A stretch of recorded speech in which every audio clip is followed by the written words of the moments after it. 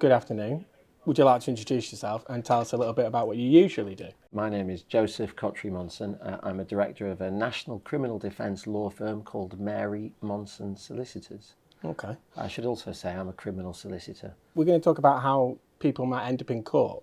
So I was just wondering, what sort of situations result in people going to court? Well, I think the most obvious one is if you're accused of a crime and Yeah. you have to appear as a defendant. And that's usually mandatory. If you don't attend, what would usually happen is the case would be decided in your absence. That means they'll go ahead without you, probably convict you. You can also be asked to appear at court if you're a witness. That is usually also mandatory. A witness summons can be issued, and that means that in the course of a criminal case, in a trial, questions can be asked of you, of the lawyers for the defence and the lawyers for the prosecution as well.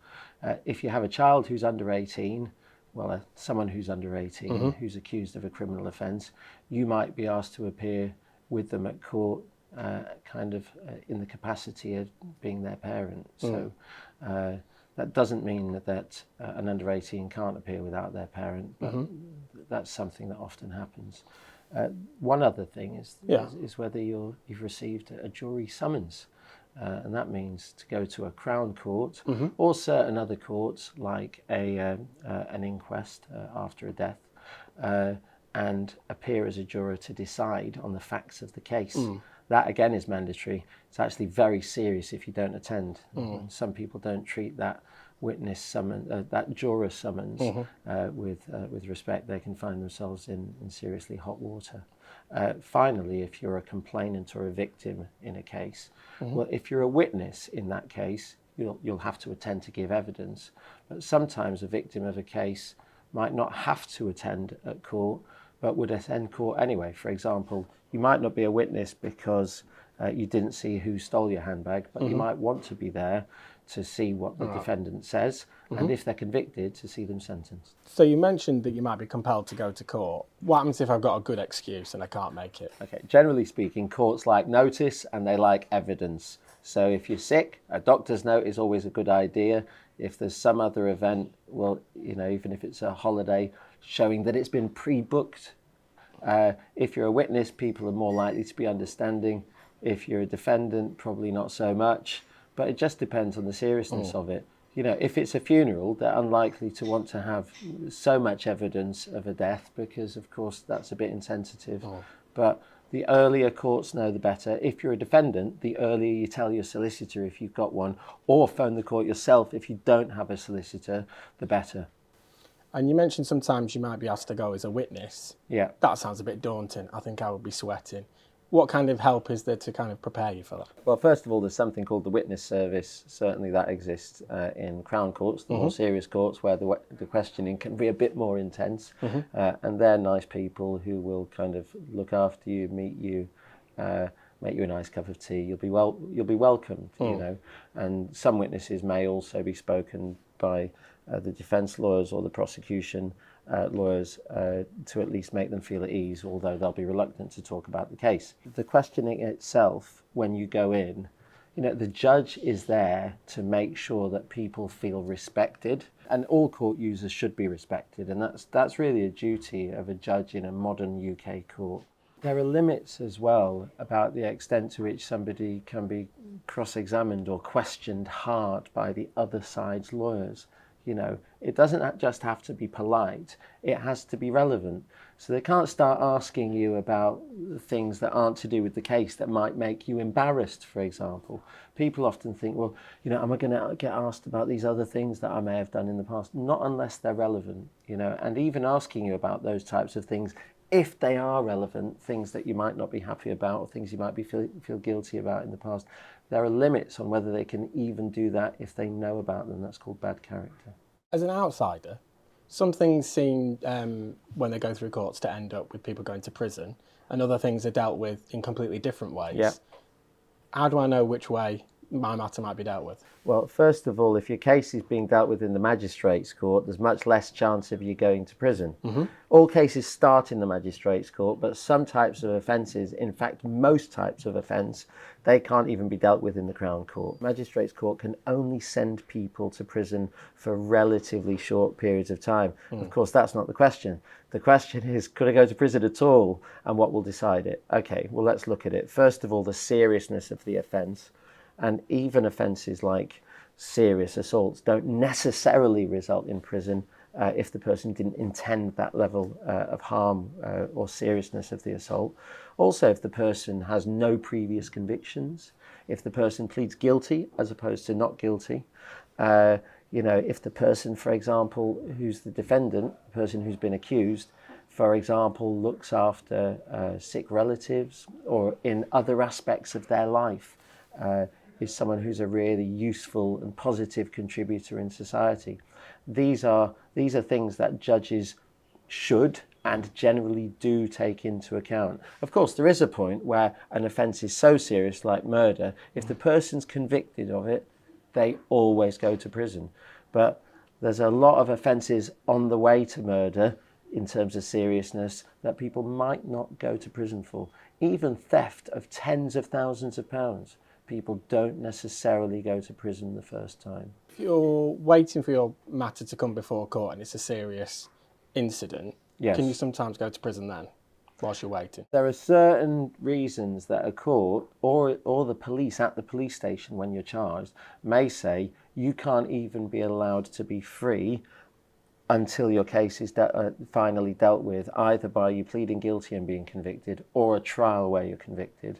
That ability to walk around between being charged, and being charged means a decision being made for the case to go to court, and the case finishing either with a guilty plea or with your trial where you're convicted. Hopefully not, but if you're convicted, that period is called bail, and that idea is bail. And we kind of, we've got those ideas, don't we, of Americans posting bail. Bail is set at $20,000. Well, you don't have to pay generally to get bail in the UK, to not be forced to be in prison while you're waiting for your case to conclude. The first consideration is, are you likely to run away? Another one is, are you likely to interfere with witnesses? That means, kind of, for want of a better phrase, nobbling witnesses, intimidating witnesses, trying to get people either to do what you want them to do or say in your trial, or not attend and give evidence against you. And the third reason is if you might commit further offences. In fact, the law is quite specific on this. It says reasonable grounds for suspecting or believing that the person will commit further offences, will interfere with witnesses, or alternatively will abscond or will fail to appear at court. That doesn't mean that even if they think there's a risk of that, the judge or the police will say you have to be in prison waiting for your trial during that period. That period's called remand if you're in prison. Remanded in custody is the phrase that's used. Because there are certain things that a court or the police can do just to limit that risk of you interfering with witnesses or not turning up. For example, they might give you a tag, a curfew, and the tag kind of forces you to be at home during certain hours. That's often accompanied by a curfew. They can have a condition for you not to speak to other witnesses, a condition even that you appear at police stations once, twice a week, sometimes every day even, just so they can keep tabs on you. And if you do go away and not come back, well, you won't get very far. At least that's the theory. Sometimes they may even ask you to surrender your passport. That way you can't leave the country, or at least do so easily. So obviously the TV is swamped with courtroom dramas. I'm no stranger to them. But what is the difference between TV and real life? Television is dramatic. It's concentrated. Everything happens the second that the credits roll and or the titles roll, and then all of a sudden you're straight into a court scene at the crucial part, the most important part of a cross-examination, and you can't handle the truth. It's just not so dramatic. It's also not so aggressive and adversarial, one side fighting against the other. There are moments like that, but for the most part, court is just trying to get the cases rolling and get the thing managed. You turn up at court, hopefully on time, and you discover that in this magistrates court where you've been told to appear at 9:45 or 10 a.m, there are 30 other people or 20 other people also waiting who've also been told the first time. And the thing that might surprise you the most is, instead of everyone waiting for you saying, your name is James Smith, we've been expecting you, instead actually nobody's particularly aware of your case. It's being processed, you're at the end of a long list, you're waiting around, and that kind of big, concentrated, dramatic moment, it doesn't really come. A lot of people think they'll go to court the first time. I better speak to my lawyer quick because I've been given this date, and that's the date of the trial. Not really. That first date in the magistrates court is probably going to be a 5-minute hearing when, if you plead not guilty, you'll be out of there and you'll be given a date 2 or 3 months sometimes in the future to appear again. If the case can be heard in the Crown Court, you have your first hearing in the Magistrates Court, again, 5 minutes, and then you're off to the Crown Court a month later, and that still isn't the trial. That's another plea hearing. If you're entered not guilty then it's adjourned again, months. You don't see any of that on the TV though, do you? The other thing is that you do have those moments of drama, but the reality is that that's kind of the end of a speech at the end of a trial, perhaps. The rest of the time it's about providing facts to the court, to the judge or whatever, in an approachable and understandable, digestible way, providing bullet pointed lists to say this is happening then, this is happening then, this is the deadline by which we've got to do this. There's loads of bureaucracy. Now, you've obviously come in and kindly offered you a bit of time to come and explain things to me, but not everybody's going to have their own Joseph. So what kind of advice and help is available for other people who might be going through this process? First of all, if you have to go to court, you've got various options, and I think the first thing to try to do is get some legal advice. Even if you aren't thinking that you definitely want to have a lawyer, speak to one in the first instance. Get on the internet, look up a few, phone a few, see what they have to say. Some will have time for you, some won't. But the more time you spend invested in research and also looking online, how do these things work? So you're a bit educated. What's the phrase? Forewarned is forearmed. The more you know about the problem, the better you are equipped to deal with it. But also, the less stressful it's likely to be. So that's kind of a first step. You've then got a decision. Do I have a lawyer? Don't I have a lawyer? What's a lawyer going to do for me? Do I definitely need a lawyer? These are important questions, okay? First of all, if it's a serious offence and you might go to prison, you're balmy to not have a lawyer, because lawyers know the procedure, they know the law, they know what to say. Most importantly, they know what not to say, and something that might seem common sense that you would say in your defence if you were representing yourself, as people sometimes say, or although I'm prepared to say not being represented, I don't think you can particularly represent yourself, you wouldn't necessarily know things that you should avoid saying that are real clangers that may make the court think against you. I should say this as well. If the case is serious and important to you, even if you don't stand to go to prison, I think the idea of having representation, having a lawyer, is a good one, because if it gives you an advantage and the thing's important to you, that's kind of a no-brainer. In some cases, however, it's probably just either not practical for you or just not really worth it on balance for you to have a lawyer. If you're going along just to get a fine to do with a speeding case, you've got no points on your licence, you're getting 3 points, it's only about the level of fine you get, you might decide you don't want a lawyer. That doesn't mean you definitely shouldn't. Some people just don't want to go to court without a lawyer, because the lawyer can speak for them on their behalf, so they don't have to speak and they're not put on the spot. And avoiding that stress is sometimes worth paying a lawyer. But some people may decide, well, listen, I can deal with this on my own. And if you do, I think the thing to do is just be respectful, be organised, look up the sentencing guidelines if you're pleading guilty, so you can see what the type of sentence you might get is.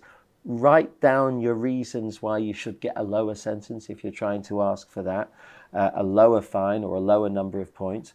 So if you do freeze when the magistrates look at you and you're in the dock or the witness box and you're being asked questions, well, at least you can look down at your piece of paper. This all sounds like good tips to me, but it also sounds quite expensive. What are my options if I've not got lots of money? For certain types of offence, you're likely to be able to get something called legal aid, which is a lawyer paid for you by the state, by the government. Okay, that's subject to how much you earn. If it's a low-level offence and you earn more than minimum wage, chances are you won't get legal aid in the magistrates court. If you earn less than that, and that's combined with your spouse or partner as well, if you earn less than that, well, you might get all legal aid, that's all the fees paid, or you might have to make a bit of a contribution depending on whether it's in the magistrates court or the Crown Court. Okay, certain serious offences, even if you have to apply for legal aid and you have to make a contribution towards your legal aid costs back to the government, you need it anyway, because probably it's going to cost more than that to be represented by a lawyer. So probably the important thing is, if the offence is one where you could go to prison, or it could affect your life seriously in some way, or you'll be in a disadvantage in proceedings if you don't have a lawyer. For example, if you're under 18, those people get legal aid. Or, for example, if you're disabled and you won't be able to engage with the court proceedings, or if you lose your license, for example, and you're disabled, it'll affect you more than other people. Then those are the kind of things, we call that the interests of justice. And those are the types of reasons you might also get legal aid. You've mentioned lawyers a few times, and I was just wondering, does that mean solicitors or barristers, and what is the difference between those two things? Good question. Solicitors are the ones you have the first relationship with. They prepare the case, they investigate, they speak to witnesses on your behalf, they take your statement down. They then bring in a barrister on a case-by-case basis. Specifically for your case, they bring in a barrister. The barrister is the person who speaks on your behalf in court primarily. So barristers are kind of legal experts.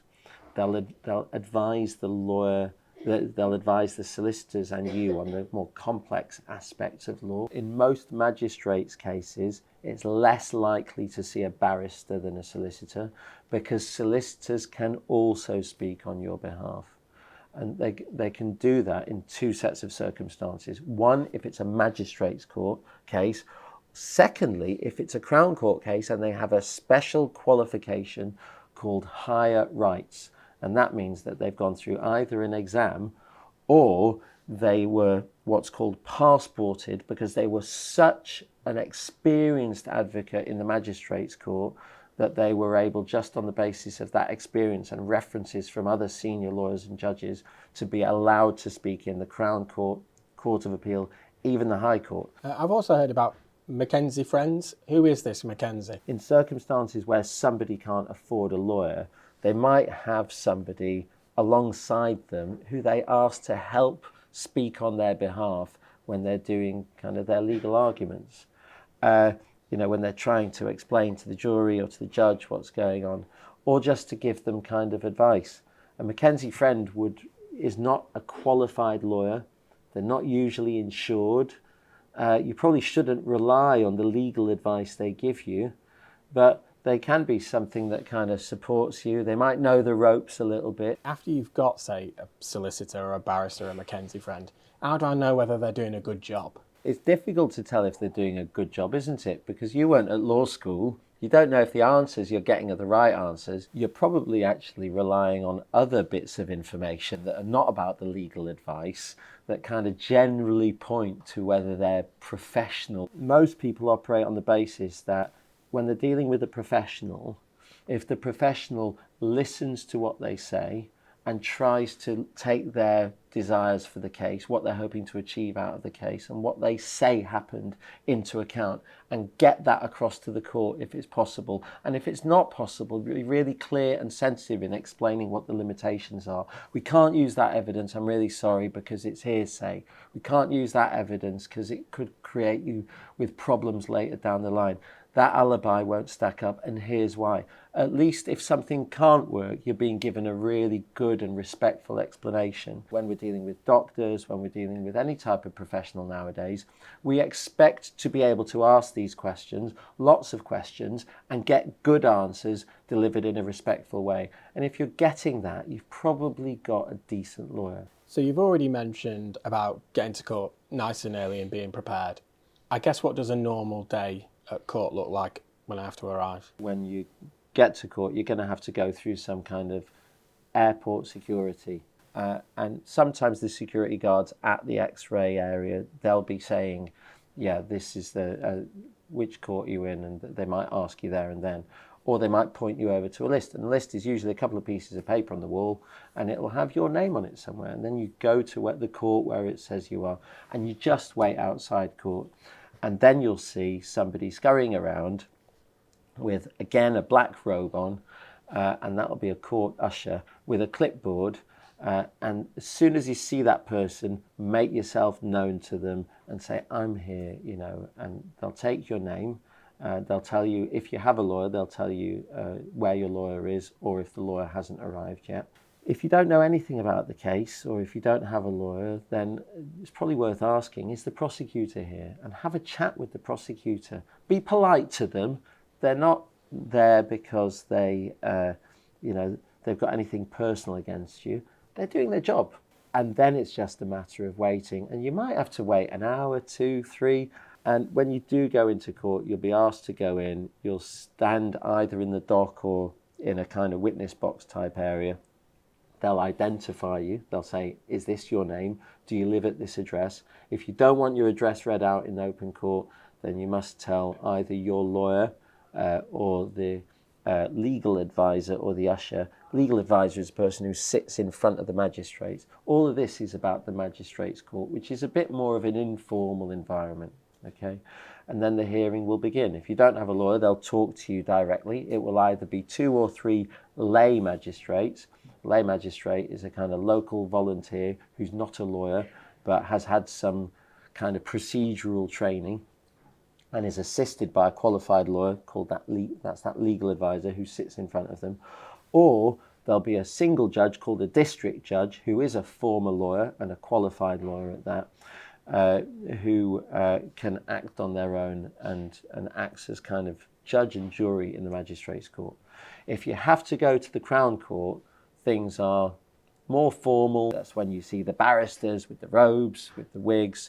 The judge is there wearing a black robe with purple on it, sometimes a red robe. The Crown Court is more organised. The hearings take longer because the lawyers speak more slowly. There are pauses in between because they want to get things right. And of course, the stakes are higher in the Crown Court. You can go to prison for a very long time in the Crown Court. But I would expect that most people, if you have to go to the Crown Court, if you've got any sense, you get a lawyer. And if you apply for legal aid, if it's a Crown Court offence, you'll get legal aid provided you provide the financial information you have to on your legal aid application. So if I'm sitting in court and I'm watching my lawyer do their thing, how do I know I've got a good lawyer? It's difficult to tell actually, because if you've got a good case, then the chances are of it coming across in a really powerful and persuasive way, if you have a good lawyer, are quite high.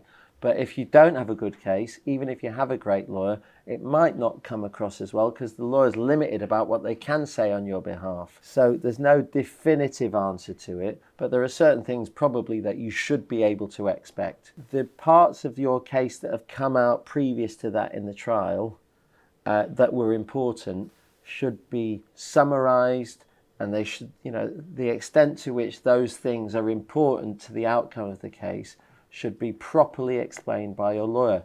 They should speak directly to the person they're trying to persuade with conviction. They should be polite, because if your lawyer's polite, then that kind of translates to an impression that you're a polite person. Etiquette is kind of really important. It should be, this client, my client, is somebody who wants this or deserves this, and these are the reasons why, and you give the reasons and you explain the facts behind the reasons in a really coherent way. And if you see that unfolding, the chances are you've got a good lawyer. Can I change my lawyer before or during a trial? First of all, changing a lawyer during a trial, well, that's something of a risky business, because the trial's halfway through. There are circumstances in which it has to happen. For example, if something happens, or you tell your lawyer something, or they tell you something, or something comes out that means your lawyer has a conflict and has to leave the trial, then the trial would probably be adjourned. Generally speaking, during a trial is not the time to change a lawyer. If you've got doubts, you need to be acting very, very early. If you're on legal aid, you can't change your lawyer unless you can prove that the relationship has broken down. If you do have to change your lawyer, or if it's not working, like I said, you act early. If your lawyer is privately funded, you can just do it when you want. Changing a lawyer because you've just received advice that you don't like about the maximum sentence, or that the evidence is strong, that might not be a good thing. Best thing to do is speak to lots of lawyers before you pick a lawyer, and get one in an educated way, having done research. When you look up a plumber or an electrician, you might not go with the first one, or someone to do home improvements, or a builder at your home. You're not going to necessarily go with the first one. You'll get a few quotes, won't you? You'll speak to a few people. That's because it's something important. It's your home. But what's more important than getting a criminal record or not, or even whether you go to prison? So if I lose my case, if I had a bad lawyer? A couple of reasons why you might lose a case. One might be because you had a bad lawyer. Another one might be because your case wasn't very good. One side usually loses, and that side usually, it's not because of the quality of the lawyers. Usually it's because that side wasn't right and the other side was right. What are your options, though, if you are convicted and you didn't like the result? Well, first of all, you need to consider whether you can appeal. In the Magistrates Court, you've got an automatic right to appeal against the conviction or the sentence. The conviction is the outcome, whether you were guilty or not guilty. The sentence is what penalty you received, whether it was a fine, community order, or even prison, or even the length of prison you can appeal. And you appeal that directly to the Crown Court. If you're appealing to the Crown Court from the magistrates, you get a whole new hearing. This time it's before one of those Crown Court judges wearing the wigs and the robes and all of that stuff, but also two lay magistrates. They're the magistrates who are the kind of local community members who aren't legally qualified, who sit together with the Crown Court judge, and they hear the whole evidence again. And that means everyone's cross-examined again. You give your evidence again, you speak, you're asked questions by your lawyer, you're cross-examined by the other side's lawyer. Your lawyer will address the court on your behalf, saying, my client didn't do it, or whatever. If it's an appeal against sentence, it's just your lawyer addressing the court about why you should have received a lower sentence. If you're convicted in the Crown Court, it's a little bit different.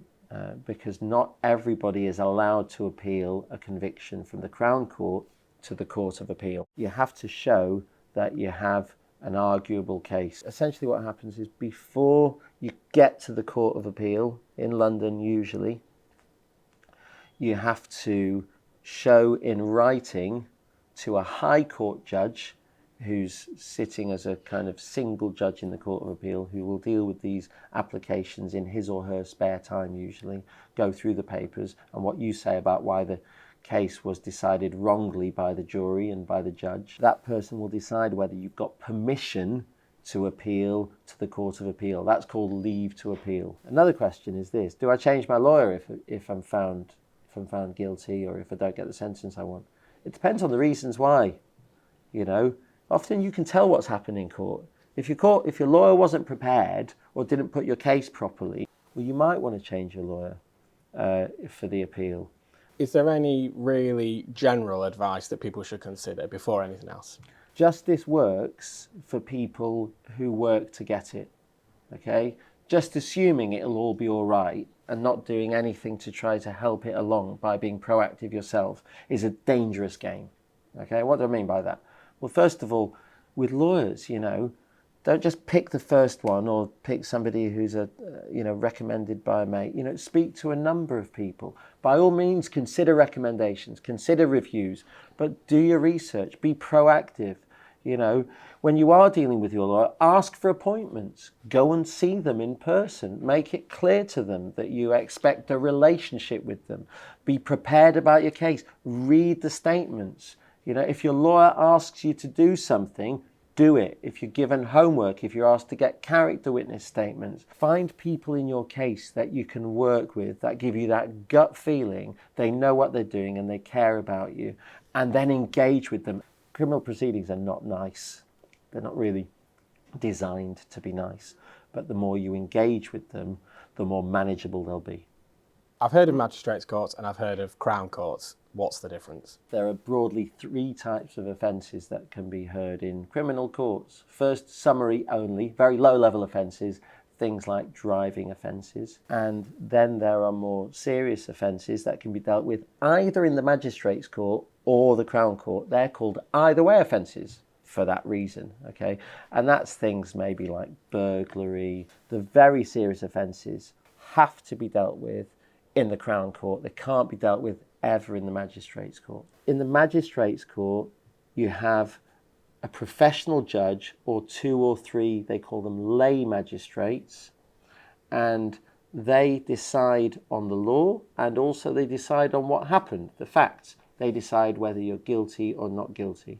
In the Crown court, well, the judge decides the law, but the jury decide whether you did it or not. They're not allowed to decide whether this offence qualifies as murder or not, but they just, or what the definitions are of a certain type of offence, or whether certain evidence should be allowed to be taken into account.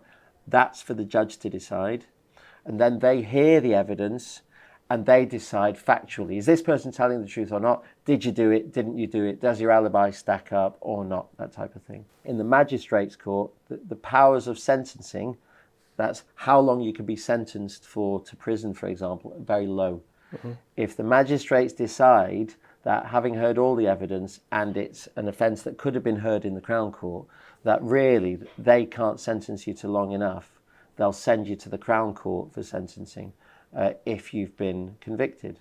The Crown court, they can sentence you for very long sentences. Joseph Monson, thanks for your time today, really insightful. That's Joseph Monson of Mary Monson Solicitors. It's a pleasure. Thanks.